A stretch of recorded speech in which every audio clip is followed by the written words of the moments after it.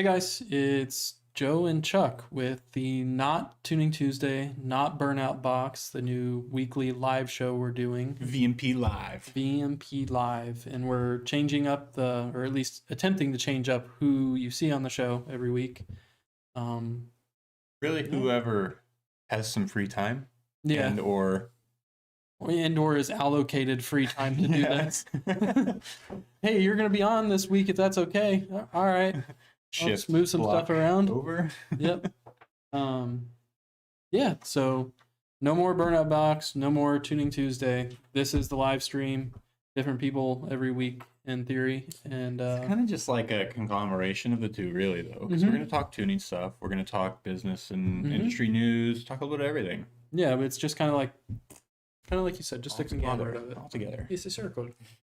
So on today's docket, or on every time's docket, the first portion of the show, we're going to kind of, I don't know, just kind of talk about stuff that we have going on here at VMP, or that we see in the tuning queue, or that we see in the sales queue. Lots of guys asking about, or frequently asked questions, answering stuff like that. Some industry things, some interesting things. A tongue twister. Exactly. And then the second half, we're going to try to answer some of the questions that pop up throughout the stream. Yeah, so while you're watching, feel free to drop those questions in YouTube or Facebook. We will get to them and we'll answer them to our best of our abilities. Exactly. So with that being said, which one of these you want to hit first? Let's start from the top. Okay. I'm sorry, JD. I should have read through this better. I apologize ahead of time. So we released Odin. For those that don't know, that's our 2650 supercharger that is a blow up through intercoolers down into the port design, front inlet. We're supposed to expand upon how everyone at VMP kind of had to work together to make that thing happen, because it was a completely fresh sheet of paper design for us, and it took a lot of time getting everything the way that we wanted it, and kind of taking feedback from customers on what they wanted to see change or be different or do better, or all the above, and just kind of make a whole new product based on that. Yeah, I mean, it was a big departure from every other blower that we'd ever made. Yep. So in a lot of ways, it was kind of like starting from scratch. We understood the Coyote platform really well, and we've been tuning the 18 plus cars ahead of time. So we kind of understood the Gen 3 platform as whole, but you go all the way back to the first VMP blower, all the way to the Gen 3R, and they've all been a rear inlet, blow down design, intercooler sits in the valley, very similar. And even the GT500 blower is a similar footprint to that. Yeah. I think it's 3 bolts or a different bolt pattern, but it was we basically had one core housing that's machined a couple different ways for the 2 different platforms, and now it's a blower specifically made for Coyote, which also just so happens to kind of fit Predator as well. Yeah, and I think that, I don't know if it's a misconception, but maybe an unknown, is that the rotor pack itself is 2650. It's the same, and now 3100. But I would say like the rotor set itself is maybe 25% of what makes a supercharger. Yeah. Yeah, 25 to 30%, we'll call it. The case, the intercooler, the way the air flows through it, the angle that it comes down into the intake, like that all adds up to be really what makes the blower. Yeah, for example's sake, the Roush blower for 18 up is a 2650, and Ford Racing blower for 18 up's 2650. It's basically the same thing between those two. And then Edelbrock's got a 2650. It's the same, essentially the same rotor set, whether that's a front or rear drive rotor set. How they operate the shaft that drives it, all that stuff's a little bit different, but the core of it, the rotors are the same between all of those, and you get different performance between all of those. So it's like that's where we're saying the rotors are only 30% of it, because the whole package is what makes the supercharger, and that's the thing that we spent so much time developing. Yeah, I think that in the TVS world, like the E-Force is very similar to Odin. If you look at it from like 100-foot view, you're like, okay, it's 2650, it's front inlet, it's twin intercooled. massive difference in performance. Nothing. The E-Force blower is good. You never hear me say it's not good. It's just a different blower. I'd argue that the E-Force blower is better than the Roush blower. Yeah. And if I had an opinion where someone was like, can you rank the TVS blowers based on their peak performance, I'd say that our blower is on top of those. And I don't say that just because I work here. I say that because I've dynoed all of them. A few times. Yeah, exactly. Just a couple times. And ours definitely stands above the rest in terms of performance. So when they're all at like 9 pounds, they all kind of do the same thing, assuming the same IATs. Yeah. But that's where Odin makes its departure from the more so the Roush blower, a little bit more so, a little bit less so the Edelbrock, and then you have ours. So we spent a lot of time on that. Yeah. I did a lot of testing on different intercoolers. I did a lot of testing on how many intercoolers. I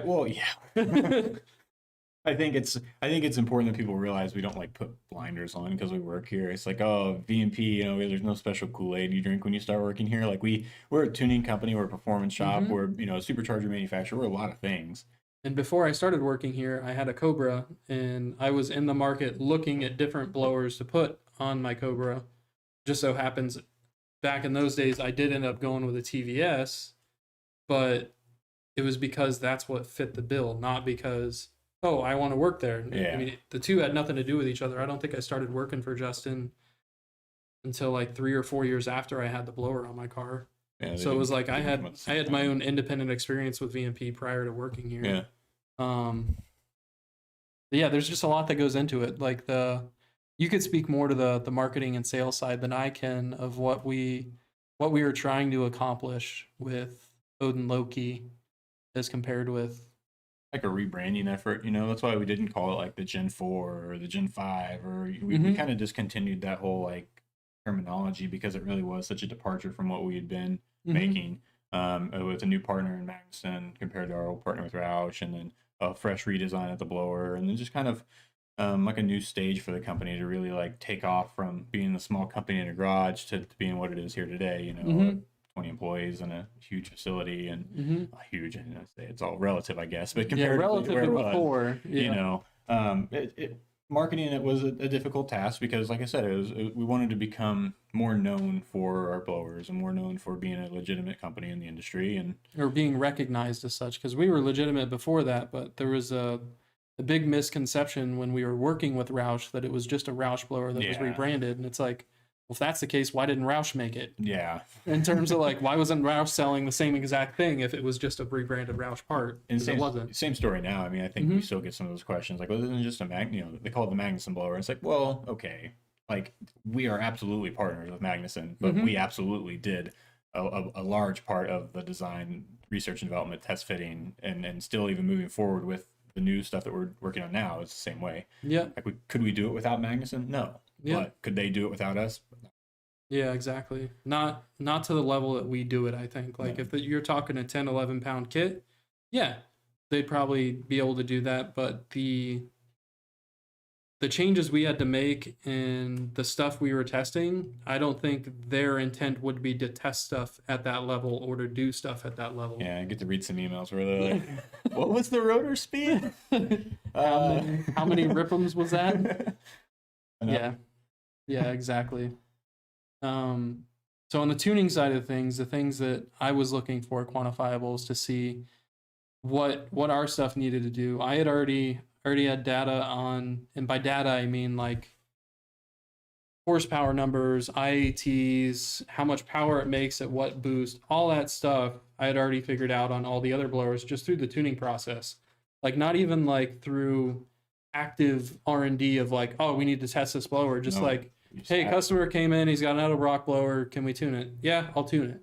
So I tune it like I do anything else. And then same with the Whipple stuff for 15 to 17. We've done the Gen 3 front feed jack shaft stuff.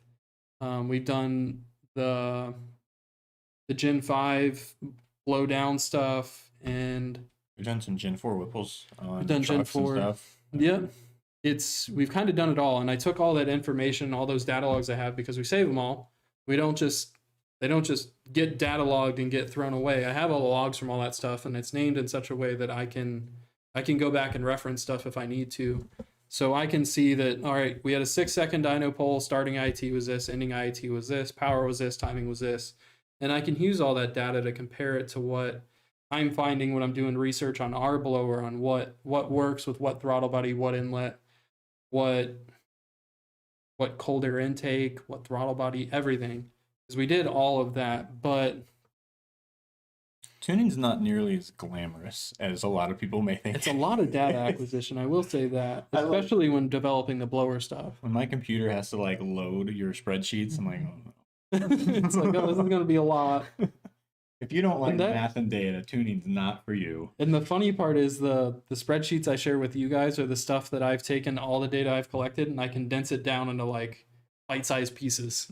And it's like, all right, what does sales and marketing need to know in order to have a conversation with someone and sell the right part for the right application? Yeah. Like so a quick reference guide that you have built. Yeah. It's I mean, it's kind of been like a cumulative effort now, but like it was like largely started by you and Justin. That's such a freaking savior, man, because there's so much info out there and there's so much info in that doc. That's how I got started. That's how I learned how to do my job. Yeah. With that, just page after page after page. Look it up. Ah, there it is. How much boost does this pulley make if I have long tubes and cats? And like, how long? We have a document for this. And I don't know if he's watching or not, but to the credit of Travis, who used to work here, he was the one that actually, like, him and I worked together on typing all that information in the spreadsheet, because at the time that we did some of that, it was like BJ and Justin were the keepers of like all the carnal knowledge of different setups and what boosts they make, because at the time I was like 2 years in working here at VMP, and most of the stuff that I did at the time was like the sales and shipping side.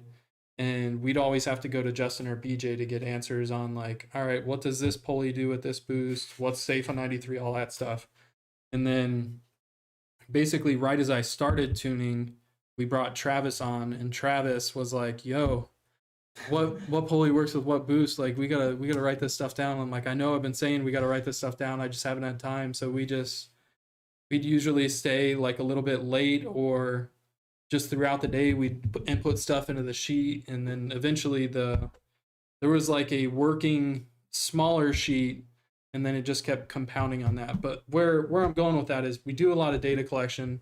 We try to put it in a format that anyone can read in and give it to the people that need to read it and be able to know what does what. And we use spreadsheets and stuff like that to figure out what works from a blower standpoint, what doesn't, and what we need to change. And it's a whole process. It's probably some insider information, but how many intercooler setups did we try on Odin before we had a final? So how many different cores? No, like if you counted like the number of cores, the different cores. There's probably 12. Probably 12 different days of, maybe not days, we'll call them sessions of me and the dyno testing different configurations to see what we liked best and what worked best. Poor Shop 18. Yeah. Dude, that we put that thing through the ringer. How many dyno pulls do we have on it?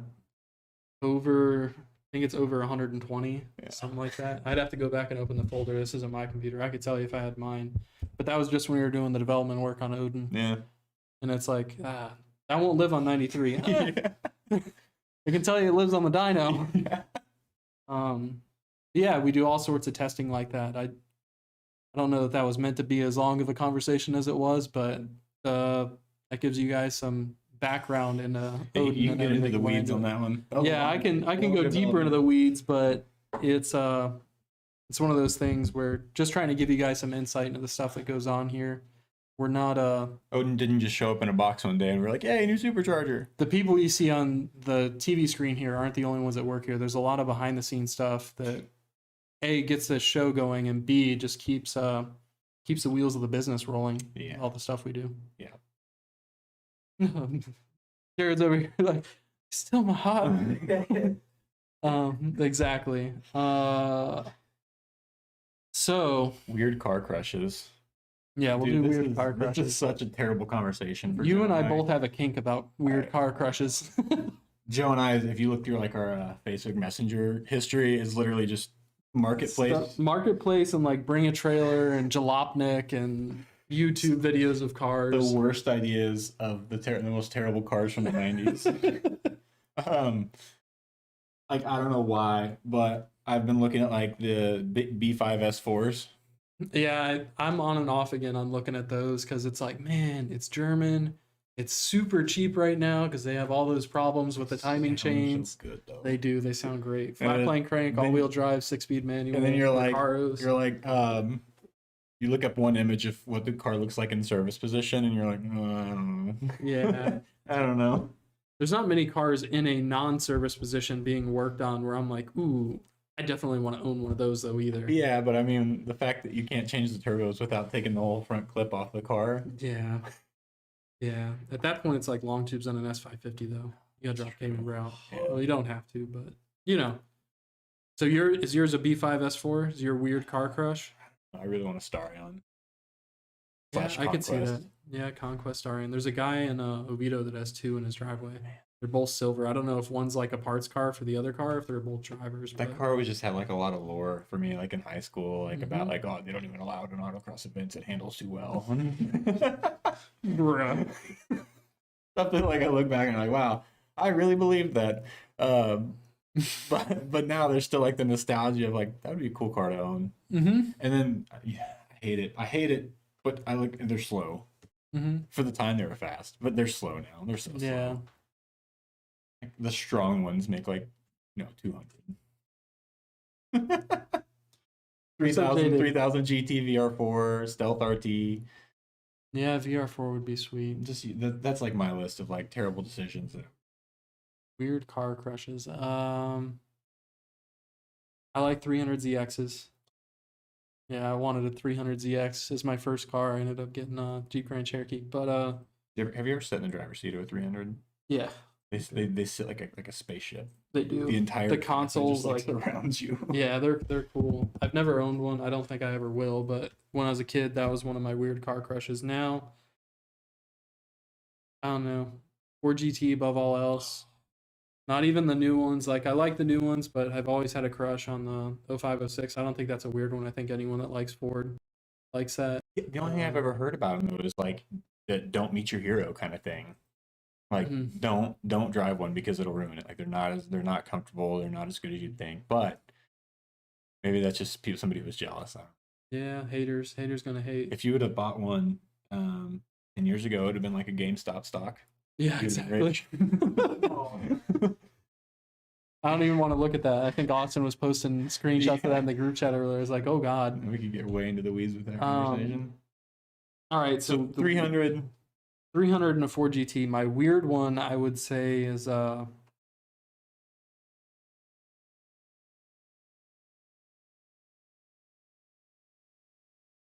trying to go the weirdest one. Blanking out. Gotta be some 90s Ford shit box, dude. Mercor XR4 There we Ti. go. There it is. All because I want an RS 200. I just don't think I'll ever be able to pay for one. If Rebecca's watching, you just made her day. Yeah. It's like Rebecca's dream car is an I XR4. sent her. I don't even want to hear that it's her dream car because I sent her one like Nice one too. I remember this. yeah, the red one. Yeah. Yeah, I sent her that like 2, maybe 3 months. A I ain't seen it nice yet. Mercor. Like those are not an adjective that really ever describes those cars. I already had I think it had a Cosworth front end on it or something, or a European Ford Escort front end. But yeah, that was sweet. You need like the 302 Capris, like the Mustang looking Capris. Yeah. You need one of those. Wide body fenders from the factory. Yeah. That's There a was rare one at car. Mecum last year. A lot of people don't even know that exists. Yeah, it was a Cosworth engine, Capri with the wide body fenders, and the guy had, I think he had Recaros or something. And I'll send you guys a link to it later. Dude, saw it in person. The car was gorgeous. I think it ended up going for mid 50s, low 60s, something like that. Damn. It's a sweet car. What else we got? This guy, Oh geez, it's a long one. although We already kind of Yeah, talked we on that. we kind of hit that with the Odin conversation. What got you into the car industry? Was it a hobby or an opportunity? Man, Hit it. You want to go first? You want me to go first? my history is weird. I worked at O'Reilly Auto Parts in high school, Mhm. and I was an assistant manager, and another store. I was on a forum called KCSR, Kansas City Street Racing, and I was assistant manager, key holder, whatever. One of the other stores needed somebody to come cover because the assistant manager quit. I came to cover, found out like the store manager at the time was actually on the forum and kind of like knew me. I kind of knew him. Started a friendship there. Fast forward like 5 years later, he actually went to work in the performance car industry, and then recruited me to come work for him there, and worked for him for 5 or 6 years, and then went to SCT for a while, and then kind of ended up here. So it was kind of just like, I don't know, it was a weird circumstance of like just the right time, right place. I don't know how I turned O'Reilly Auto Parts into working at VMP, but You done did it. I worked in the general automotive performance industry before VMP for 6 years and just met a lot of people. All about knowing the right people, I guess. What got me in the car industry?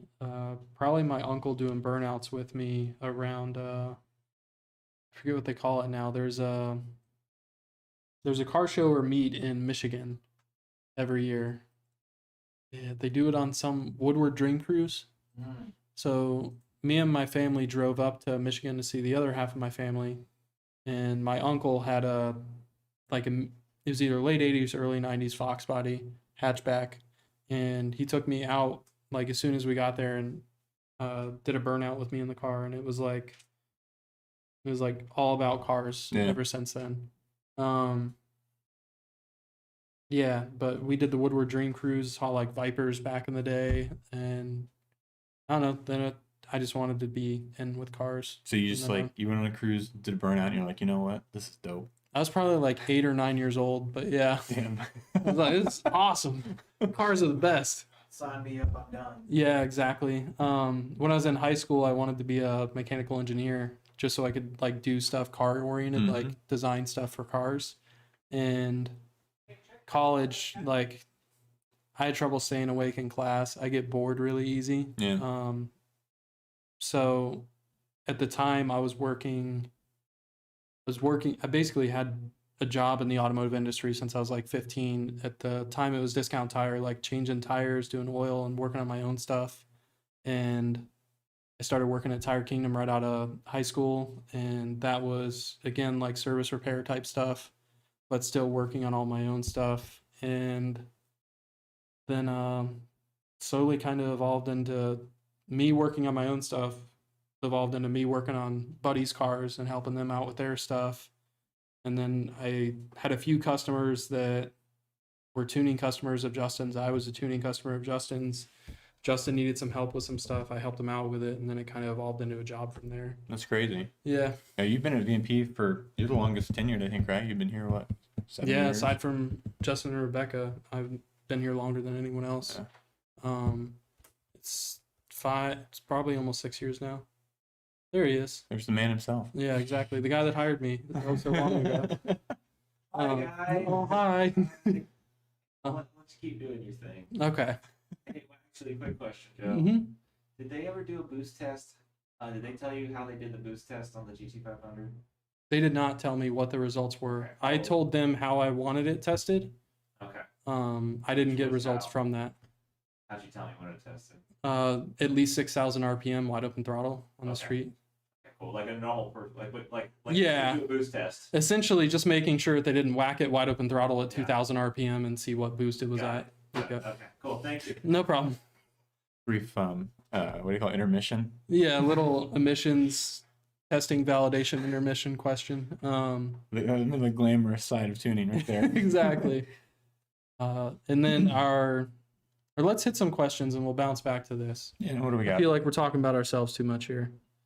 Been a long time since I last tuned in, recovering from shoulder surgery. Man, that's so rough. Mike Snook is, I believe he's a truck driver. Forgive me if I'm wrong, Mike. He actually knows some of my family members in Michigan, I hear, and he has a Lightning we tuned a couple years ago, or at least what feels like a couple years ago now. John Hartman, sup fellas, sup John. Michael Callahan.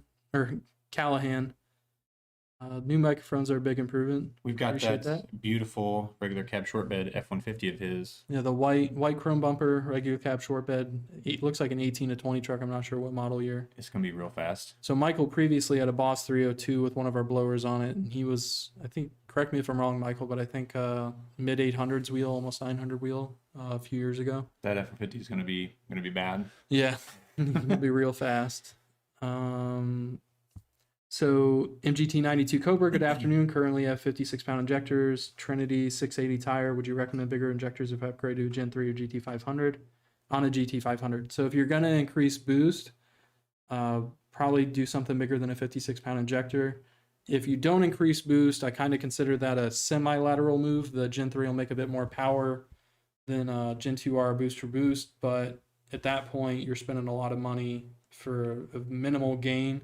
If we're talking pump gas, I don't know that I'd recommend that, but I guess it ultimately depends on the circumstances. And if you do increase boost, definitely go up in injector size. Yeah. Be close to maxing out or readily maxing out those injectors. Set of thousands. It's not a super big expense, and it'll buy him some headroom. Yeah, exactly. If you want a lesser priced 1,000, you don't quite want to spend the money on ID 1050s. FIC 1000s or DW 95s are a good alternative. Yeah, but 1,000 cc's is the next logical step. Paul H. Good afternoon, guys. 2012 MT82. I recently installed a watt box in the car, currently tuned through VMP. Thank you. It need a tune update. Yes, I'd get a tune update for that.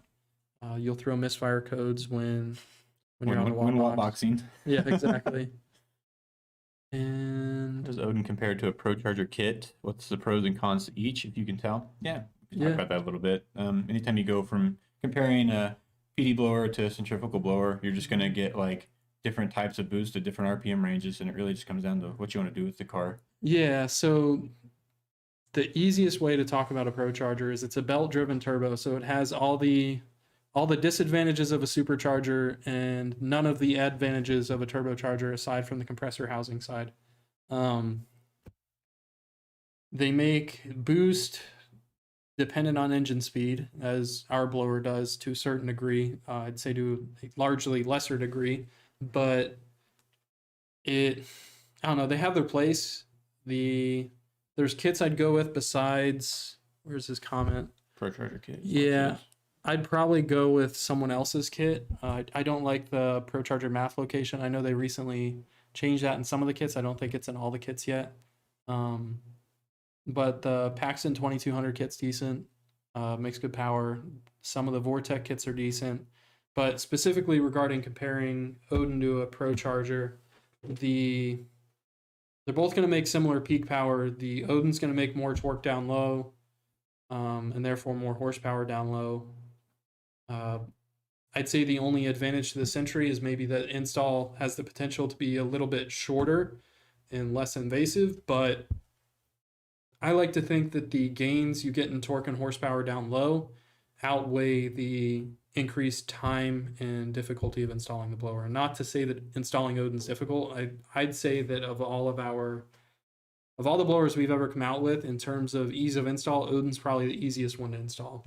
Yeah. So all the people that were installing it before not having problems are just in better shape installing this. You don't have to grind the timing cover or anything like that. I think that, like what you said, like there's this place for centrifugal blowers. I mean, if you want to talk like full race application, there's some really fast centri cars out there. Nasty stuff out there. But to that same end, those same cars at that same boost level would make more with a turbo. But the way that the Sentry builds boost has the potential to help traction out on super aggressive setups. I'd find that like the 600 to 700 wheel level, there's not too terribly many circumstances where the same car and the same decent tires is going to spin in a situation with Odin where it wouldn't spin in that situation with a ProCharger. Yeah. But it ultimately depends on how you're driving the car too. Yeah. If you're going from stoplight to stoplight and you're whacking it on the hit of the stoplight, you're probably going to spin with a ProCharger and you're probably going to spin with Odin. Yep. So driving habits matter. The tires are kind of the deciding factor there. Who else do we got here? Sure, you guys can't wait for everyone to buy your new 3.1, then ask for you to develop a dinner plate size pulley so it can be run on pump gas. Good to see you, buddy. Yeah. That's the running joke Funny here. that you say that. All these people chomping at the tooth for 3.1, and there's nothing wrong with that. I mean, it's good to have dreams of putting a big blower on your car, but the reality of being able to use it is... What's your setup? Well, that's a stock car, 93. 5-inch upper. Yeah, I just want to make like 650 wheel. I think I'm going to do the 3100. It turns out we already have a blower for you. It's Yeah. already out. We're already selling it. It's a 2650. The 3100 really is going to be more of like a race application. You could, I mean, we did come back out with a 92 millimeter pulley. Even I think you tested it on the F-150, and it's just not something you should do. No, you have to restrict it on the inlet side, and then you kind of take away the whole advantage of the increased efficiency. Didn't you make 15 pounds? I made 15 pounds, Which is with the biggest pulley we make, not something you should ever do. especially on an 18 on pump gas. No. It's no bueno. But that's why we do it, to see so you don't have to. Yeah, that's why all that testing we were talking about before. That's why we do it all here. Like we estimated that's what would happen, but we know that's what will happen because we've tested it. Yeah, I remember I came out the dyno. I was like, "Does it have a 3100 on it?" You're like, "Yeah, it's on 93." Yep. Yep. Oh, okay. Yep. And we had a feeling it was gonna make 15 pounds, so we put butane in it. So it had an octane there, but I wasn't being aggressive with timing or anything because I had a feeling it was gonna be that amount of boost. And even with octane booster on an 18 up, I'm not too excited about a stock exhaust F-150 having 15 pounds. The knock sensors were not having a good time. No, straight up not having a good time. Who else in here? You take one. Let's see. Fuel system in series or parallel? Did we answer a question about that earlier? Or is it just We did kinda not. like, So series physically works. It works on a lot of applications. Lethal uses a series configuration on their budget return. Parallel, there's circumstances where I recommend a parallel. So some cars get a weird thing where they hit like a resonant frequency during the rev range, or what seems to be like a resonant frequency that causes like a pressure oscillation in the rails. you're talking like from injector pulse? Yeah, from Yeah. injector pulse, when the rails are in series, and it can cause some drivability issues because it leans out specifically in that region, and then once you get outside of it, you're fine. And we're talking like idle part throttle cruise stuff. Wide open throttle, the series seems to be fine. It's just a little drivability thing, and some people drive right around it and don't even care, but others they notice it and it bugs them. Yeah, we've seen some weird stuff in data logs because of that. Yeah, exactly. You get one bank that goes 30% lean because it almost seems like an injector misfired due to resonance inside the rail.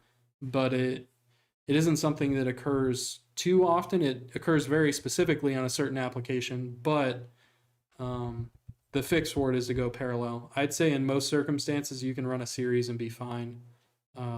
If it's what we'll call like an all-out race application that isn't going to see a lot of street time, I just go straight to a parallel Yeah, setup. be fine. You can even run it parallel and just regulate on the back side or something, or regulate on the front side of it and still run it And then parallel. we got a bunch of Facebook comments Oh here, Joe. my. We goofed. Yeah, we definitely goofed. What's up, Ariel? Gonna put a 3.1 on the test very soon. That's do we have one going out too? I don't know. I mean, feel like we that might. might be something Justin's talked about with him. Yeah. Knowing Ariel, it's probably something that's gone on in the Chad. background. Chad, your majestic beard, Joe. I have to chime in on that one. Oh, you Here's did? My comment. Yeah. Oh, see what you did there. Yeah, I've been growing it for a while. I think that you did the fresh shave on top, and it's really made it stand out. Yeah, because I was like full woolly mammoth yesterday, yeah. and now I'm like only facially woolly mammoth. It's business on the top and party on the bottom. Exactly. All the party happens right there. Well, I still look 12, so here we are. Sorry. It'll happen for you one day. Keep waiting. Are you guys primarily Mustang? I'd say that 80% of our market is Mustang. Mustang and F-150. We do Yeah. we do a fair amount of trucks. Yeah. And recently we've really branched out. Not really, but we've started to branch out into like Hellcats. Our branches are growing. They are. They are. We just had a guy with a 13 Grand Sport here for a tune. Mm-hmm. We've done We have everything. 2 Corvettes outside for tuning. A twin turbo Corvette, a centrifugal Corvette. And we have that Camaro that we did with the Magnuson not too long ago, and we've done bigger blowers on Charger Hellcat stuff. Yeah. We kind of have our fingers in a lot of stuff right now, but I'd say if everything we did was on a plate, there'd be a big old helping of mashed potatoes that is Mustang. and like Mustang and F-150 definitely take the majority win, and then the other stuff is a smaller portion of the business right now, but we are looking to make that a bigger portion of the business. like the Chargers and Hellcats would be like a single scooping of stuffing. Mm-hmm. Yep. And then maybe like Corvettes are now like a small pumpkin pie. Yeah, I'd say small pumpkin pie. It's January and we're talking about Thanksgiving food. I like it. Damn it, I'm hungry. Jeff Lucina, Joe needs an eye patch and a top hat. I want a top hat. Jeff posted this picture today of him driving some Mustang around the track. The dude can drive. Yeah, Jeff can definitely drive. We had like one wheel up and he made a comment about saving tires. He cracks me up. Adam Keith Lang. So speaking of the vet, silver vet, we're waiting on M1 to get here because the quantity of M1 it has in it is not enough to finish dyno tuning the car. Does a vibration under throttle sound like a drive shaft issue? It could be. If it's loose, maybe. Missing a bolt could be out of balance. I mean, Yeah, that would seem more likely to me. Yeah, under throttle would. That's a weird one. yeah, if you're only getting a vibration under throttle, I mean, Without feeling it myself, it's kind of hard to say what level of a vibration you're talking about. yeah, it could be something even like my car where it could be like a rear end issue and it's only on Excel or something. Yeah. It's one of those magic 8-ball questions where it's like, without actually driving it, it'd be real hard to tell. Awesome. Yeah, Yeah. it's like the Shake again. diagnosing cars from 1,000 miles away meme that I have, Yep. and it's like the fortune teller Zijin or something his name is. I forget his name. Well, I thought that was Shazam, like Shaq. No, not Shazam. It's the old fortune teller machine. I think it begins with a Z. Yeah. Yeah, where Yeah. you press the little thing. Yep. Try again, another $1. Exactly. And then Lucina, Justin's VMP Supercharged Boss 302 was an awesome driver. Driving it at Texas World Speedway sold me on VMP's blower setup and tuning for the 5-liter Coyote. Thanks for letting me take out some sprinted laps, Justin. Yeah, so Jeff has a blower set up on his road course autocross car. To all those that ever question, well, how drivable is a PD blower on road course? Well, Yeah. it does have a throttle, so Chicane modulate 23. it as needed. Yeah, Chicane That 23. dude wins like every Optima challenge in a VMP car. And that's Jonathan Blevins for Yeah. people that don't know, that know him by his alter ego, Chicane 23. Yeah. Blevins can drive too. Him and Lucina, and hell, Justin even back in the day when he was actually going out and doing road course and road racing stuff. wasn't Yeah, a we bad got some driver cool either. pictures of him in the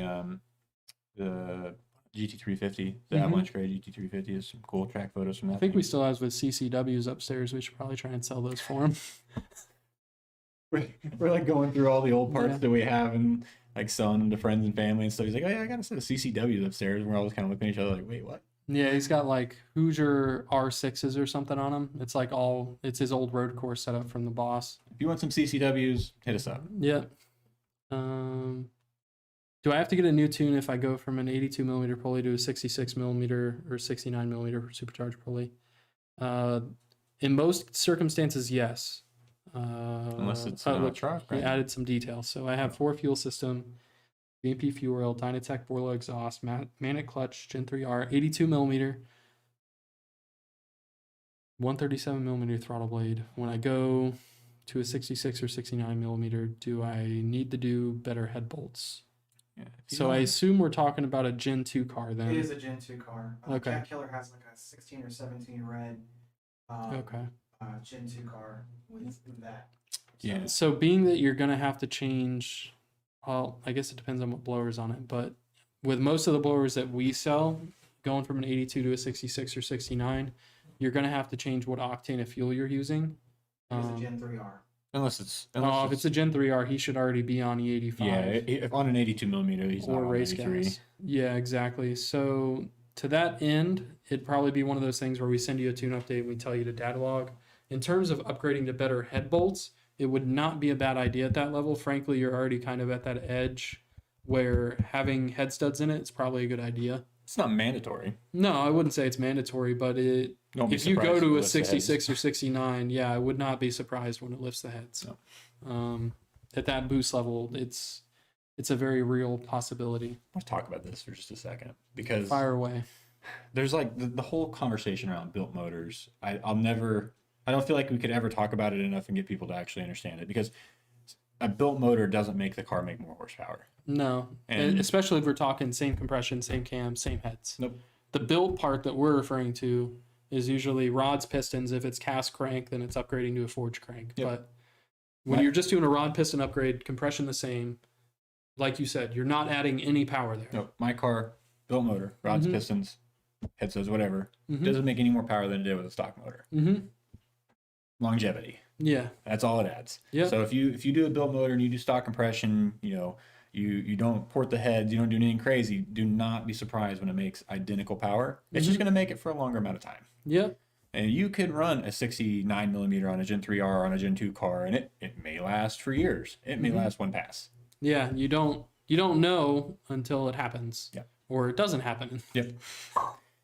Yeah, we've seen 1,000 horsepower stock motor cars, and we've seen them last for a long time. Yeah. And we've seen 700 horsepower cars blow up on the first pass. Yeah. And it's not one of those things where it's like any error in tuning. It's just that shows you the variance in the strength of the factory mechanical parts under XYZ conditions. Sometimes some of them are like, yeah, I'm fine. This is great. No worries. Yep. Then you get another one that's like, ooh, I don't know about all that. You got E85 from this station, you got E85 from this station, your car blows up, his doesn't. I mean, Yeah, it's like, what's the variable there? The fact that you're running two different fuels, or that someone's mechanical insides were a bit sturdier. Yeah, it's just we in sales and stuff and in support afterwards, we get a lot of those questions, and it's like, don't expect to make another 100 horsepower because you did rods and pistons. And if you want to run a 69 millimeter and you don't want to run head studs, it may be fine. It could live forever. Don't take our word as like it's gonna blow up, because we don't know. Yep.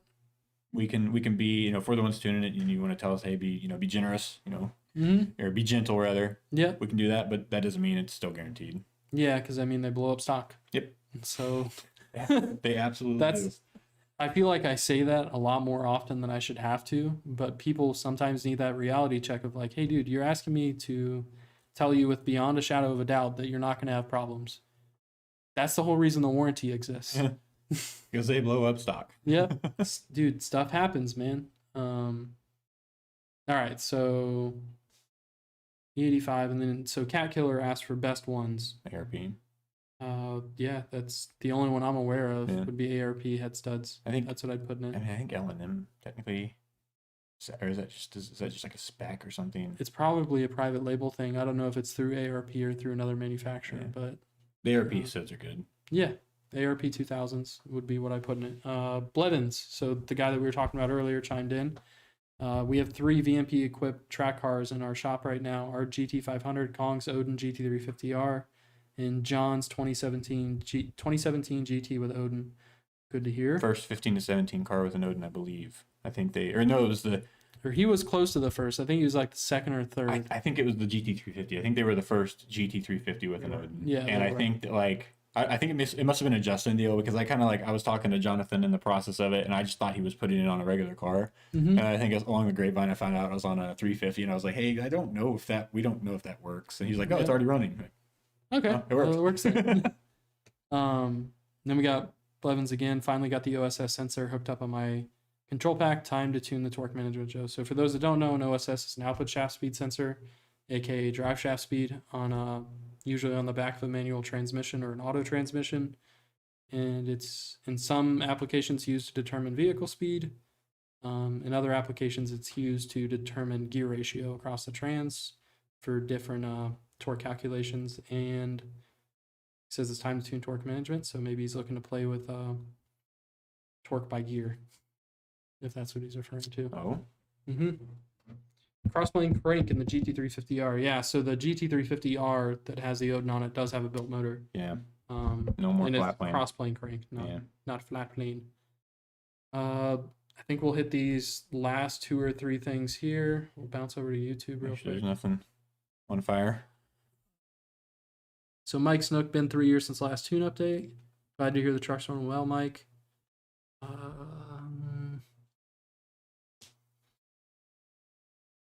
How long till 3.1 data is released? June/July?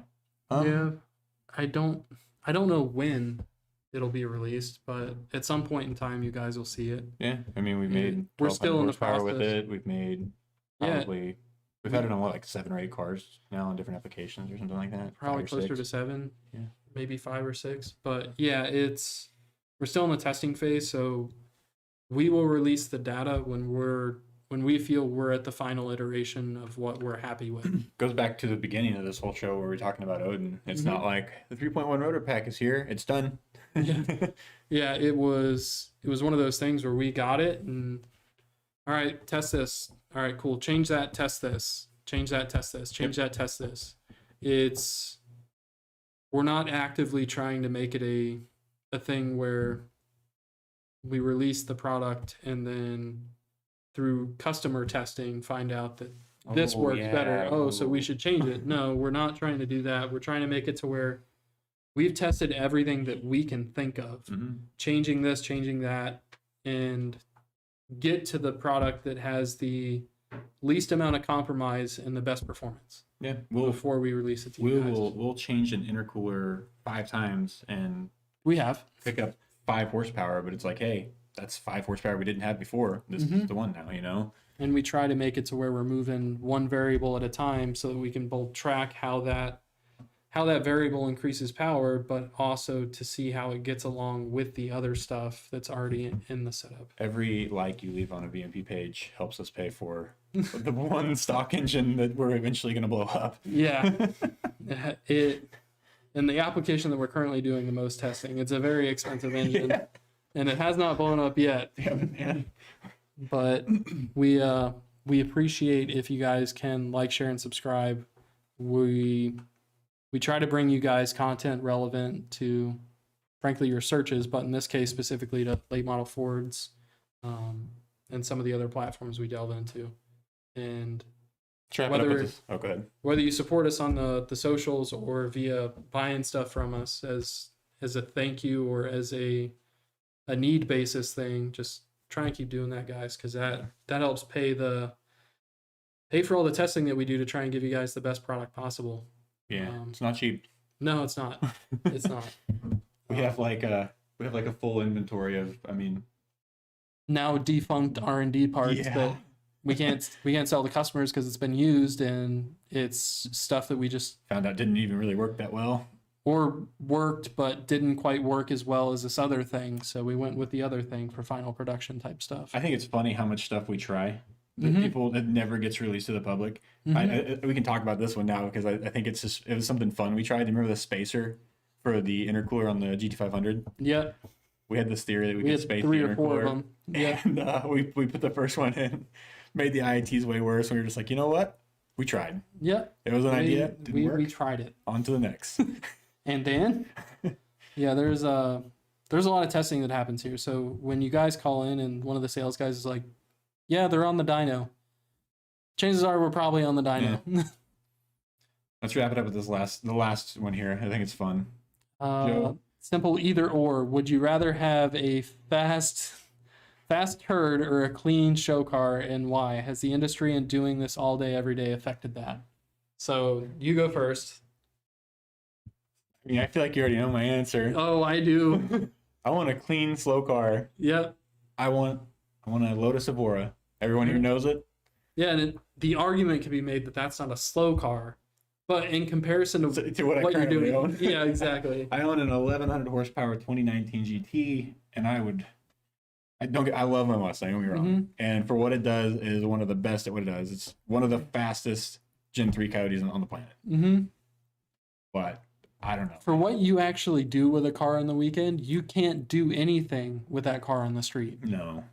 No, you really can't floor it, and it doesn't get good gas mileage. No, And it's not easy to find quality fuel that I want to run through an expensive built motor. no.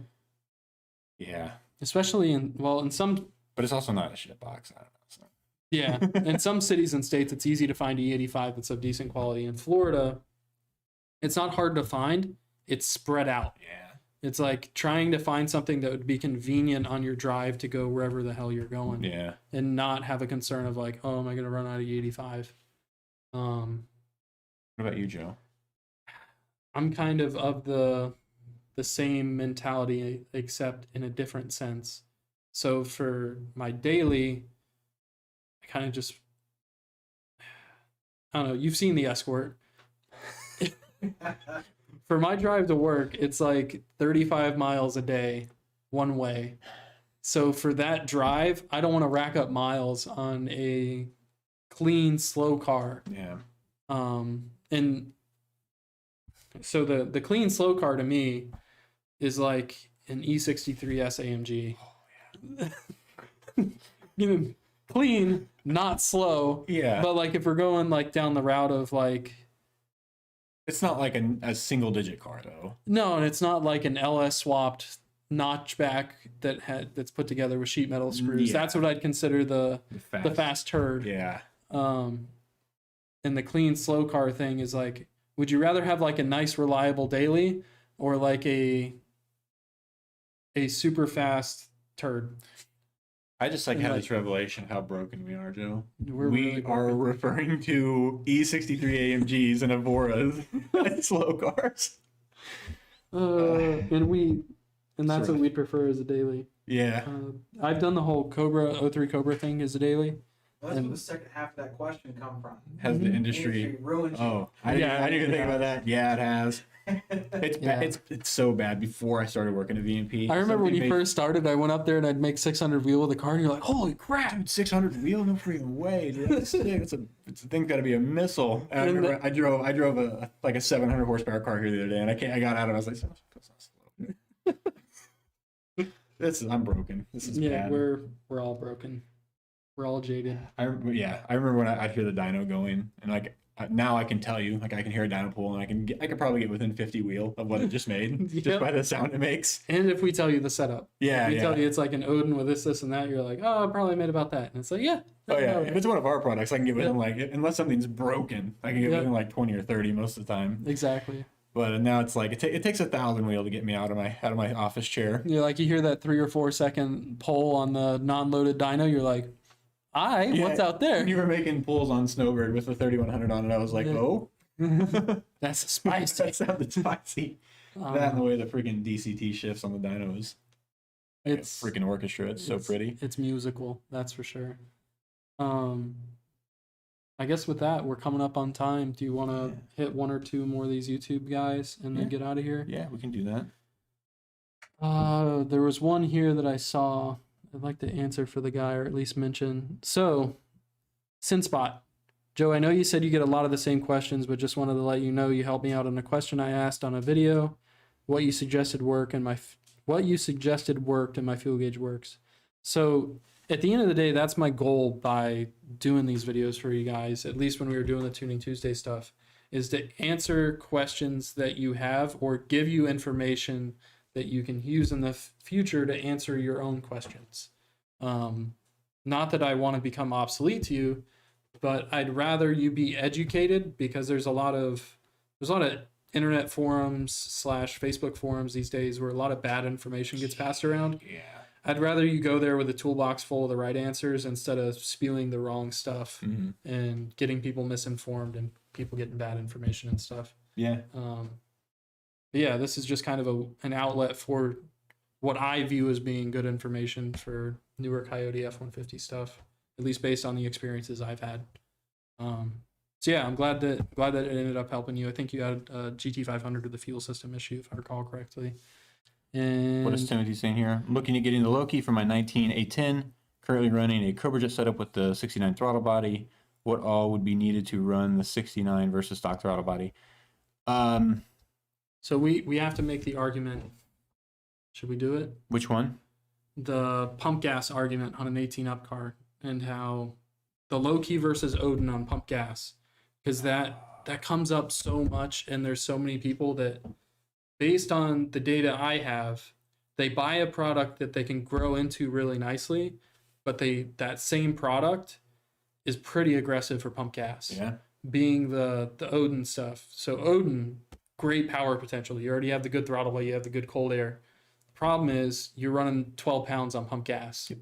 And you'll see it in a lot of the dyno graphs if you bought a Odin, or if we send you one, where they make great power, they run out of DI. It makes a graph look really funny. And it's one of those things where if you ran less boost, that wouldn't be as much of a problem. You'd have a nice linear pole. It stays in DI, or at least above 70% DI. It keeps timing it. It's happy. I'd make the argument that I'd rather, for a pump gas car, I'd rather see you in a low-key kit. Yep. Making a little bit less boost, but having that DI blend that's needed to keep it safe on 93 or 91, especially 91. My personal A10 car went 10-0 at 140. Yeah, I think it was 140 trap speed then. Yeah. 140.06. With a Loki kit with stock headers, stock cats. Just stock. Just the Loki kit bolted on with the stock throttle body, stock airbox, everything. No funny business, no tricks. Yeah. It was Boostane, and I think it was a relatively spicy tune. Yeah, it was spicy on Boostane, but from a boost and which blowers on it standpoint, it was a relatively low boost and just kind of the right combination of parts to hit the target. It's what the Loki kit comes with. Yeah. It was the off-the-shelf Loki kit with Boostane. Yeah, and to the end that this guy already has a Twin 69, I don't think we sell a blower that doesn't include a throttle body, but maybe it'd be one of those things where we could do like a concession based on the throttle body. But I'd argue that if you're just talking about a pump gas 91, 93 setup, sell the whole CJ setup with the Twin 69, get a low-key kit, put it on your car. If you want more performance out of the low-key kit, keep in mind, I'm saying this with the asterisk next to it, that if you change the filter, you need to make sure you get with us to change the tune. But you can run a stock cold air with a stock filter, get decently aggressive with pulley size because the intake's a restriction with the stock filter, and you can make some pretty good torque down low, and then let the filter be the filter and throttle body be the restriction up top, and it kind of, I don't know, it works its own little magic there, and it makes good power. But then if you want more power down the road, change a filter, makes more boost, you're happy. Yeah, we did the testing. Stock filter is -2 psi. Like the Depends on the K&N pulley size, yeah. Well, yeah, but for the stock pulley size that comes with Loki, is like the stock filter was like -2 psi. The like K&N style filter was -1 psi, and then no filter at all. It was like all of it psi. Don't do that. Yeah, don't do that. Yeah, it's one of those things where the MAF signal is bad. It's real bad. So jumping back to what we said in the beginning, we tested like every iteration of everything that we sell. So if you want to try and do something, get in contact with us first and make sure it's actually a good idea. Yeah. Timothy, give us a shout. I see you're still watching. Give us a call. We can walk you through this over the phone, help you out, get everything figured out. Your car will be massively faster with a Loki versus the Cobra Jet on there. We'll take care of you. We can work out some kind of concession. If you want to do an Odin, we'll figure it out for you as well.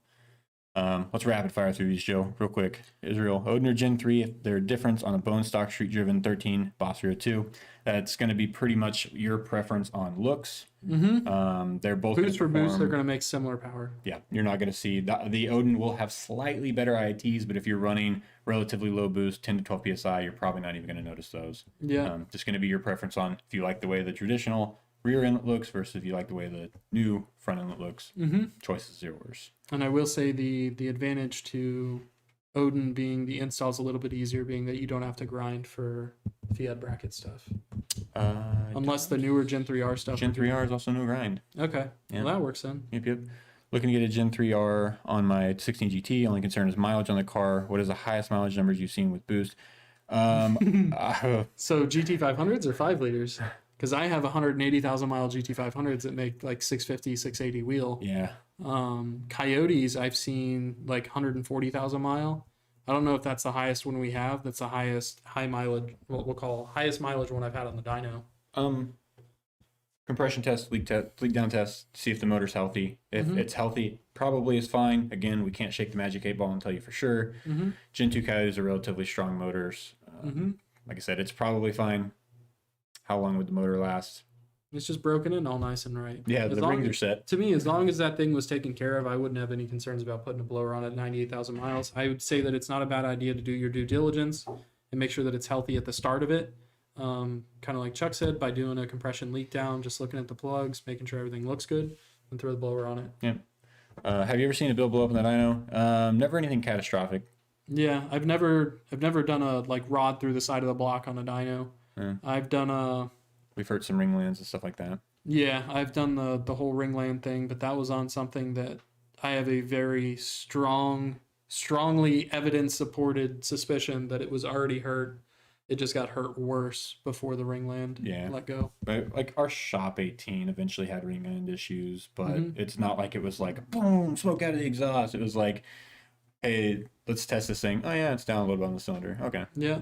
And how we still ran it like that. Yeah, it was still fine. Yep. I think you took it to the track like the next day or something, you know, like it's going fast. I-9s or something. I don't remember now. Yeah. It's been too long, but yeah. All right, we should probably stop. We could be here all day. Yeah. With that, next Wednesday around the same time, 2 or 3. Can't tell you if it's going to be me and Chuck again or who it's going to be here, but we will have another live stream, and it will be next Wednesday at 2 o'clock. So if you guys want to set yourself a reminder or hit the subscribe and hit the bell for notifications, and you'll be notified when we do go live. Facebook also sends out a notification usually if you're subscribed, if someone you're subscribed to goes live. But yeah, with that, leave some comments. If you guys have something you want us to talk about, industry, tuning, cars, VMP, whatever, we'll talk about it. If you have somebody here at VMP that you want to see on the show, let us know. We can make that work. So we'll rearrange schedules however we need to, as long as we get enough people that want it. So yeah, I guess with that, have a good day, guys. Hope the rest of your week goes well, and we'll see you next Wednesday.